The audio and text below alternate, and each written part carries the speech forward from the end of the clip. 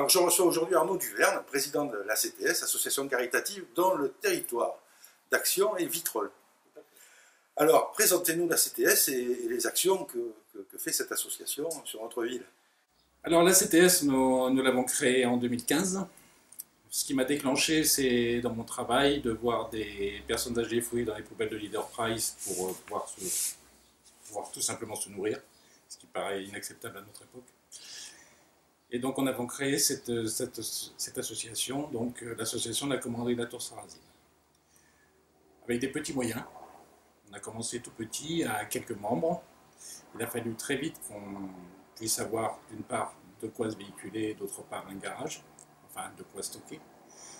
Donc nous avons dans un premier temps contacté monsieur le maire, monsieur Gachon, que nous avons même invité à déjeuner à la pizzeria dans les arcades, qui nous a dit être très intéressé par notre association. Fort de ce vert, on peut dire, nous lui avons fait plusieurs demandes de locaux, de moyens, qui nous ont pas été refusés, je ne peux pas dire ça, c'est resté sans réponse.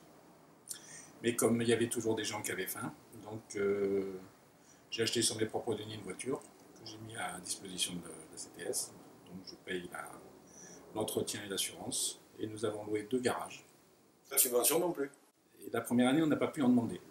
Et vu le comportement qui était à notre vis-à-vis de nous, on a évité de noircir du papier pour rien pour demander des subventions l'année suivante. Alors vous êtes très actif sur Facebook, c'est là que je vous suis principalement, mais sinon vous êtes conforme à cette maxime qui dit le bruit ne fait pas de bien et le bien ne fait pas de bruit.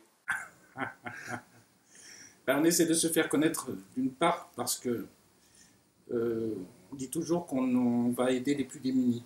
Je n'aime pas trop le terme les plus démunis parce qu'on s'aperçoit que les plus démunis en fait touchent des subventions, ont droit au resto du cœur et des choses comme ça.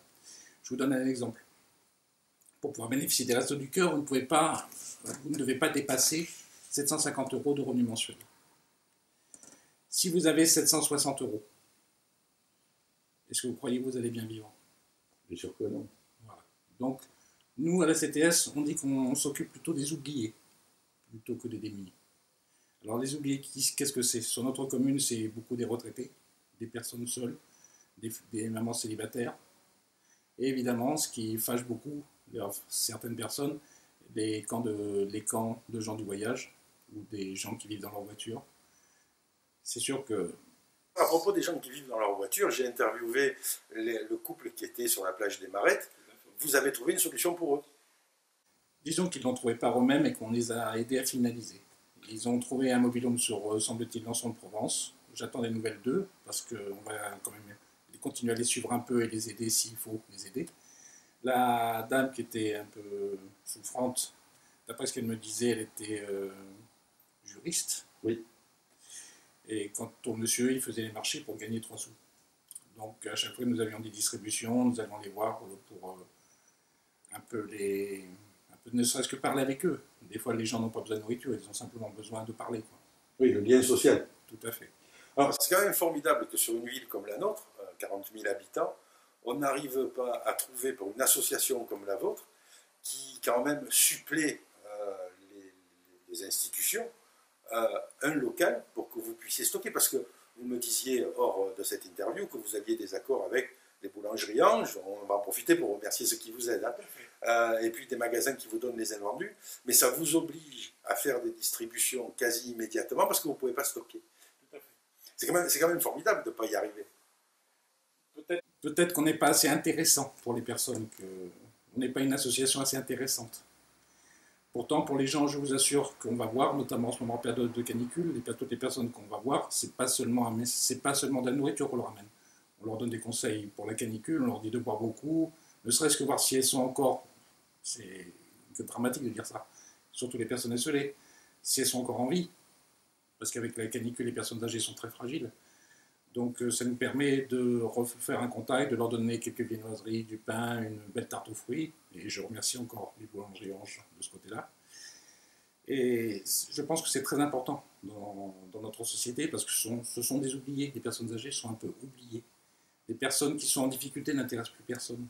Qu'est-ce qu'il faudrait selon vous pour que vous soyez une association intéressante pour que la mairie vous aide? préfère éluder la question. Quand je dis, quand je dis intéressante, c'est intéressante, il faut prendre intéressante au deuxième degré. Je pense que vous comprendrez ce que je veux dire.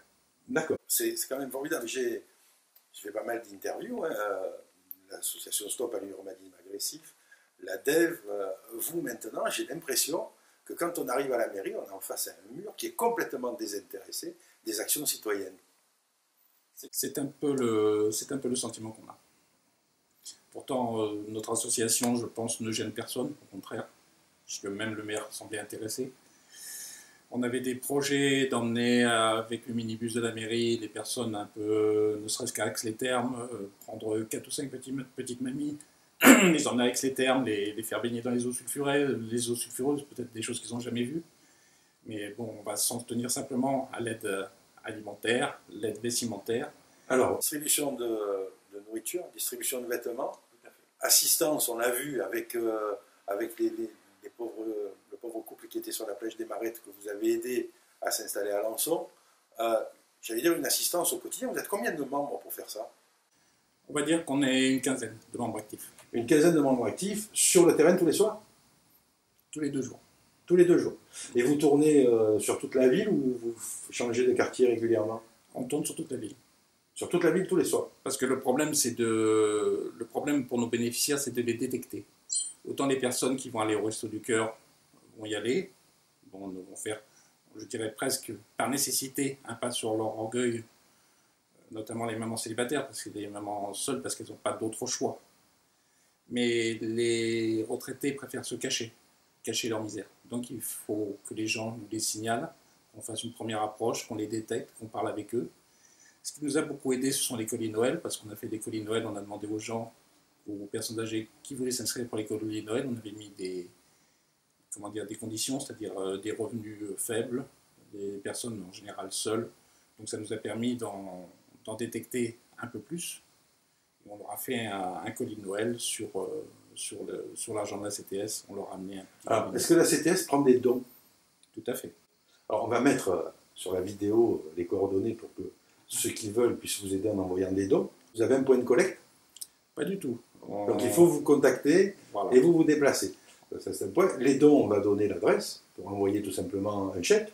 Ah ben, la CTS, c'est donc Arcade des Abbayes, Le Mont-Majour, à Vitrolles. Alors on va le mettre sur le défilant. Et puis, on va parler aussi d'une action que vous allez mener pour des gens qui habitent sous une tente. Il y a des gens qui habitent sous une tente à Vitrolles. Tout à fait. Il y a une maman qui habite avec ses 4 enfants à côté de la maison de quartier de la Fresque School, à Font-Blanche. Et c'est une maman qui vit avec ses 4 enfants, qui tient à ce que ses enfants soient scolarisés et qui a une action, je dirais, tellement d'insertion, notamment au niveau de l'école, que ce sont même les maîtresses qui sont cotisées pour lui acheter les 2 tentes dans lesquelles elle vit, d'une manière très précaire. Donc, grâce à un des collaborateurs de la CTS, nous allons arriver à avoir 2 mobil-homes que nous allons faire déplacer à nos frais. Alors, inutile de dire que les fonds de la CTS ne sont pas suffisants pour faire déplacer 2 mobil-homes. Donc, ça va être à nos frais, sur nos deniers personnels. Pour en amener un sur un terrain, semble-t-il, là je m'avance un peu, mais c'est mon collaborateur qui s'en occupe, sur un terrain de la mairie, pour donc cette maman et ses enfants. Et l'autre qui ira donc au rond-point du Général de Gaulle, sur l'Angely, pour une autre famille, dont on connaît la patriarche, Maria, et qui tient aussi ses enfants dans un respect d'une discipline qui sont vraiment très remarquables. Vous, qu'est-ce que vous voudriez aujourd'hui? Ne serait-ce qu'un local. Un local, parce qu'un local, c'est un lieu de rencontre, déjà pour le lien social avec ces personnes âgées qui, des fois, sont très seules et isolées par la société, parce que les gens n'ont pas le temps d'aller les voir, ou parce qu'ils sont veufs ou veuves. Par exemple, les mamans avec leurs enfants. Parce qu'on ne fait pas que l'aide alimentaire. On fait aussi l'aide vestimentaire, mais on fait aussi l'aide administrative. Donc la vice-présidente de la CTS, donc est docteur en droit, et a aidé à plusieurs reprises des gens sur des dossiers ou juridiques, ou ne serait-ce que remplir la déclaration d'impôt, ou même demander des aides auxquelles les gens ont droit mais ne le savent pas. Donc c'est un lieu où ils pourraient venir, ne serait-ce que chercher le renseignement. Pour de l'assistance. Pour de l'assistance. Et ça nous permettrait aussi de ne pas stocker dans les 2 garages qu'on loue à nos frais, parce qu'on ne prend pas un seul sou sur les cotisations de la CTS, qui sont, je le rappelle, de 10 € par personne et par an, et qui nous permettrait de garder aux frais, de mettre les congélateurs et les frigos qu'on nous a déjà donnés, et qui permettra aux gens de venir chercher. Donc, un local, sans que vous soyez une association intéressante, tout ça sous-entend le maire. Bien. Ça, c'est le premier point. Ensuite, que des gens vous disent où sont les gens en difficulté. Tout à fait. La détection des gens en difficulté est très difficile. Ce sont des gens, des fois, qui ne veulent pas, qui ont une certaine forme d'orgueil, que je comprends très bien. Et ce sont les gens qu'on retrouve en train de fouiller dans les poubelles des Leader Price et des Carrefour pour pouvoir se nourrir. Après, d'autres enseignes pour vous aider. Ça, ce serait l'Éden. Donc ça, c'est tous les appels. Et alors, on a discuté d'un sujet qui vous intéresse aussi. Vous récupérez du matériel médical. Tout à fait. Et vous voulez l'expédier en Roumanie. Et pour ça, il vous manque 3 000 €. Tout à fait. 3 000 € par mission. 3 000 € par mission. Ce serait combien de missions sur l'année? Ah, on ne pourrait en faire qu'une seule. Alors, il faudrait pour l'année 2017-2018, il faudrait que vous puissiez trouver 3 000 € pour amener un médecin dans un village qui n'a pas vu un médecin depuis 2 ans, Tout à fait. en Roumanie, et du matériel médical avant qu'il soit périmé. Du matériel médical, enfin surtout du matériel paramédical, parce que je vous rappelle que le matériel médical est interdit d'exportation suite à une loi française. Donc c'est du matériel paramédical, notamment des poches d'alimentation pour les gens atteints de cancer, des perches, de matériel de liquide physiologique, ainsi de suite. Et donc ça, ce serait pour l'hôpital, pour un hôpital. Et après, pour le village complètement esselé, c'est de la nourriture sèche, des vêtements, des livres pour les enfants, des crayons, des cahiers, et un médecin, avec quelques médicaments qu'on passerait dans le stock pour pouvoir un peu que ces gens puissent voir un médecin qui n'ont pas vu depuis 2 ans. On met en incrustation les coordonnées de l'association pour les dons pour cette opération vers la Roumanie. Il manque 3 000 €. C'est pas le bout du monde, 100 € chacun si on peut s'en sortir. Alors, pour la défiscalisation, c'est pas encore. Je suis en contact avec l'administration fiscale de Marseille, c'est en cours, ça devrait se faire en 2018. Écoute, merci d'être venu nous voir, C'est moi qui Arnaud, et puis ce sera en ligne bientôt, et puis sur le blog Interview. Et puis, comme j'ai dit, je reçois tout le monde. Là, on a encore dit du mal du maire, mais j'y suis pour rien, les gens qui viennent n'ont pas de bien à m'en dire. Et même si le maire lui-même veut venir, moi, je veux bien le recevoir, et lui poser des questions, parce qu'il y a certainement un pourquoi. Je ne conçois pas qu'on puisse être élu, et que j'entende des choses comme ça sans aucune raison. Merci d'être venu. Merci à vous Et à bientôt. de m'avoir entendu.